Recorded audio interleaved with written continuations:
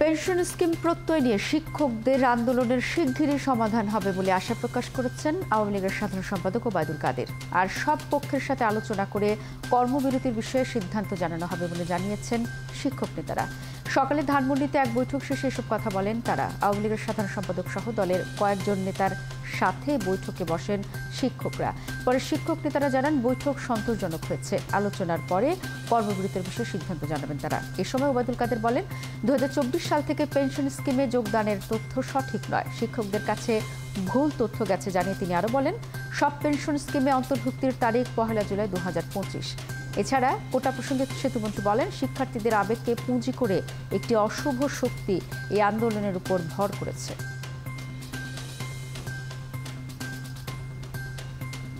সবার পেনশন স্কিমে অন্তর্ভুক্ত করার তারিখ হচ্ছে 1 জুলাই 2025।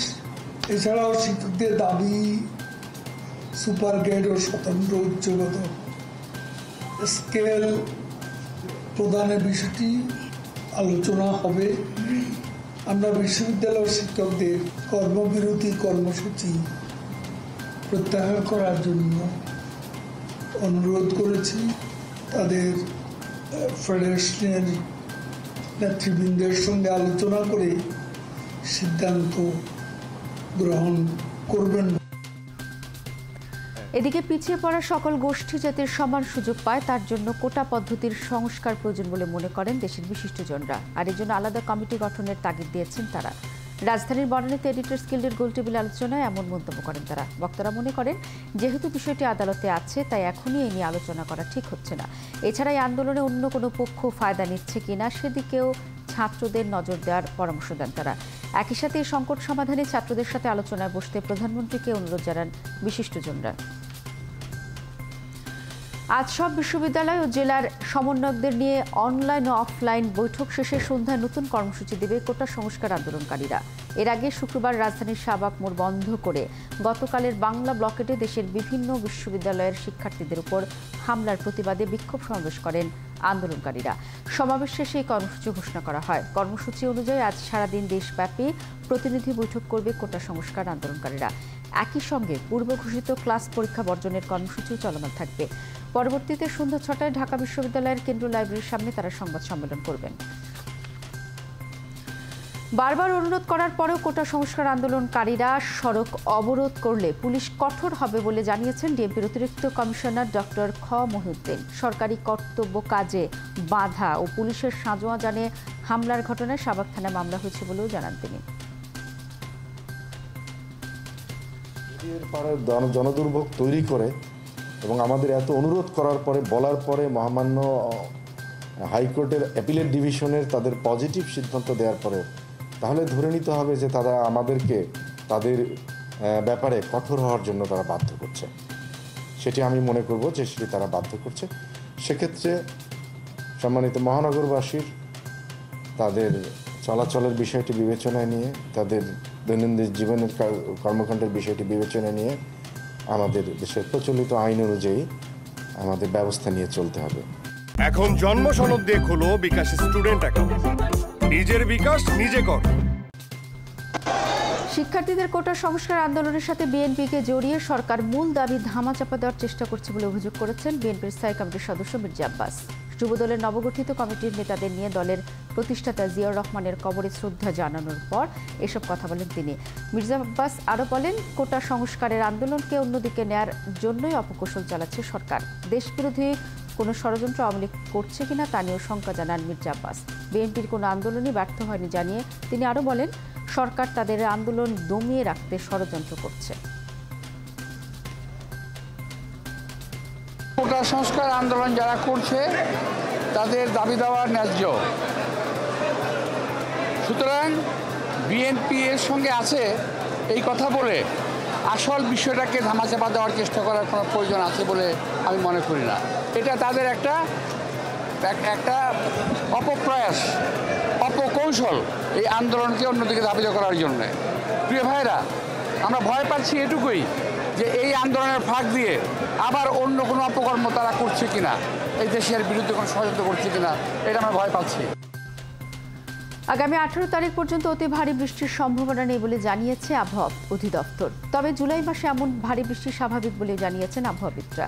আবহাওয়া পূর্বাভাসে বলা হয়েছে আজকের পর থেকে বৃষ্টি হবার প্রবণতা কমে আসবে। এ সময় শুধু সিলেট ও ময়মনসিংহ বিভাগে বৃষ্টি হবে। আর 18 তারিখের পর থেকে পুরো মাস জুড়েই সারা দেশে বৃষ্টির প্রবণতা বাড়বে।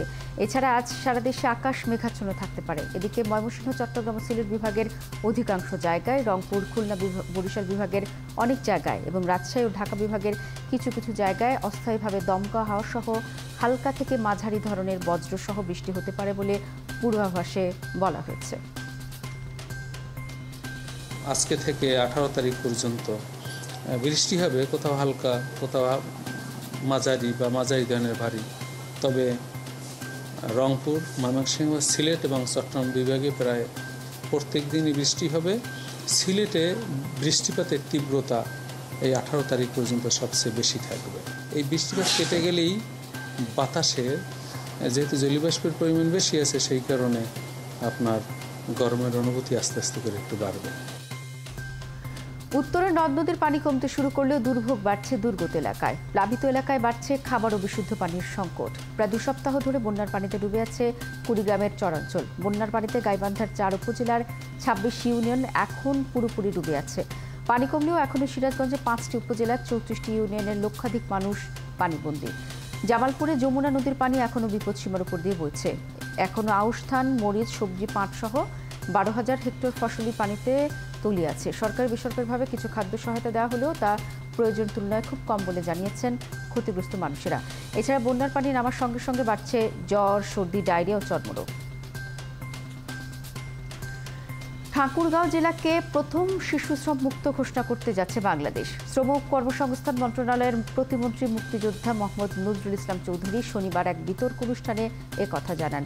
ডিবেট ফর ডেমোক্রেসি আয়োজিত পাবলিক পার্লামেন্ট বিতর্ক প্রতিযোগিতার প্রধান অতিথি হিসেবে অংশ নিয়ে তিনি বলেন, শিশুশ্রম বন্ধে সরকার অনেকটাই চ্যালেঞ্জের মুখে পড়েছে। কারণ সরকারের ইচ্ছার অভাব না থাকলেও সকল পক্ষের সহযোগিতা না থাকায় এটা বাস্তবায়ন করা সম্ভব হচ্ছে না। হাসান আহমেদ চৌধুরী কিরণের উপস্থাপনায় শিশু শ্রমের মূল কারণ কেবল দারিদ্রতা নয় শিরোনামের বিতর্কে অংশ নেয় কবি নজরুল সরকারি কলেজ এবং শহীদ পুলিশ স্মৃতি কলেজ।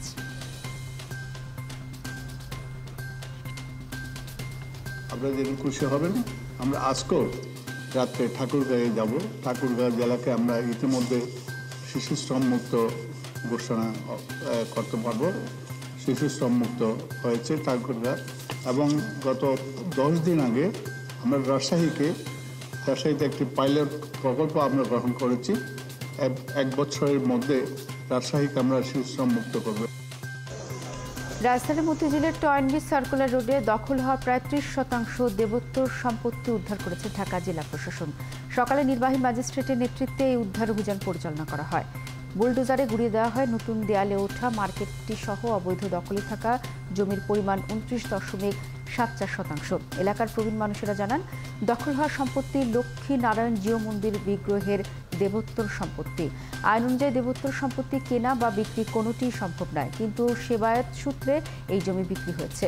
সেই জমি উদ্ধার করেছে সরকার। উদ্ধার করা জমি হিন্দু ধর্মীয় কল্যাণ ট্রাস্টকে হস্তান্তর করা হয়েছে। উদ্ধার করা জমিতে আবারও মন্দির স্থাপনের কথা বলছেন তারা। পাচ্ছেন, এটা হলো দেবোত্তর সম্পত্তি, সকল রেকর্ড এসএ থেকে সিটি মহানগর জরিপ পর্যন্ত। তো আমরা আজকে আমাদের শ্রদ্ধেয় জেলা প্রশাসক ঢাকা জনাব আনিসুর রহমান স্যারের নির্দেশনায় আমরা আজকে উচ্ছেদ কার্যক্রম পরিচালনা করছি। এই জায়গাটি দীর্ঘদিন যাবৎ প্রায় ব্রিটিশ পিরিয়ড থেকে জায়গাটি অবৈধভাবে দখলে রয়েছে প্রায় 36% জায়গা। আজকে এই দেবোত্তর সম্পত্তিটি উদ্ধার করে অবৈধ দখলদার থেকে উদ্ধার করে সেটা হিন্দু ধর্মের কল্যাণ ট্রাস্টের কাছে সেটা হস্তান্তর করবে। ব্যাংক খাতে দুরবস্থা দীর্ঘ সময়ের সুব্যবস্থাপনা ও স্বচ্ছতার অভাবেরই ফসল বলে মন্তব্য করেছেন অর্থনীতিবিদ doctor Ahsan H Mansur. Economic reporters forum আয়োজিত আলোচনা সভায় তিনি আরও বলেন, সুদ হারে 9-6-এর পর সময় মতো পদক্ষেপ নিলেও মূল্যস্ফীতি এতটা খারাপের দিকে যেত না। তিনি বলেন, ব্যাংক খাতকে বিশেষ ব্যক্তিদের খাত না করে জনগণের খাত করলে এটি এখনও শক্ত অবস্থানে থাকত।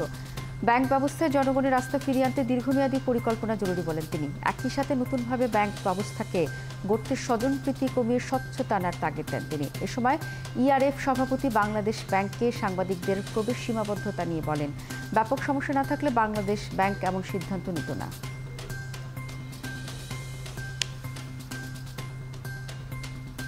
বিভিন্নভাবে সরকারের সমালোচনা করেছি যে সরকার যেভাবে চলছে তাতে এই মূল্যস্ফীতি কমবে না এবং কমেনি।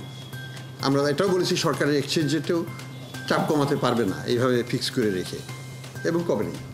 চাপও এক্সচেঞ্জ রেটও ঠেকিয়ে রাখতে পারেনি। আলটিমেটলি এক্সচেঞ্জ রেটও হাতছাড়া হয়ে গেছে, মূল্যস্ফীতিও তাদের লাগামের বাইরে চলে গেছে, কোনোটাই কন্ট্রোল করতে পারেনি। সারা দেশের 50 শয্যা হাসপাতালগুলো ক্রমান্বয়ে 100 শয্যায় উন্নতি করা হবে বলে জানিয়েছেন স্বাস্থ্য পরিবার কল্যাণ মন্ত্রী ডক্টর সামন্তলাল সেন। শনিবার সকালে নীলফামারীর সংগলসি ইউনিয়নের দিঘলডাঙ্গিতে সঞ্জীব মালতী কমিউনিটি ক্লিনিকের উদ্বোধনী অনুষ্ঠানে তিনি এসব কথা বলেন। বিষয়মন্ত্রী আরও বলেন, নীলফামারী মেডিকেল কলেজ হাসপাতালের জমি অধিগ্রহণ সমস্যার সমাধান হয়েছে, খুব শিগগিরই অন্যান্য সমস্যারও সমাধান করা হবে। আমরা প্রায়োরিটি বেশি কোন জায়গায় করা বেশি দরকার সেইভাবে আমরা করব। একবারে তো সব কিছু করা সম্ভব না, তবে এটা নিয়ে আমরা কাজ শুরু করছি। এই পঞ্চম যে ফিফথ সেক্টর প্রোগ্রামে আমরা এগুলো নিয়ে কাজ করব।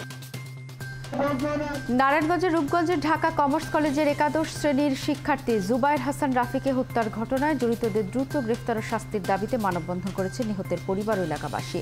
শনিবার বেলা 10:30টার দিকে ডেমরা কালীগঞ্জ সড়কের রূপগঞ্জ থানার সামনে মানববন্ধন হয়।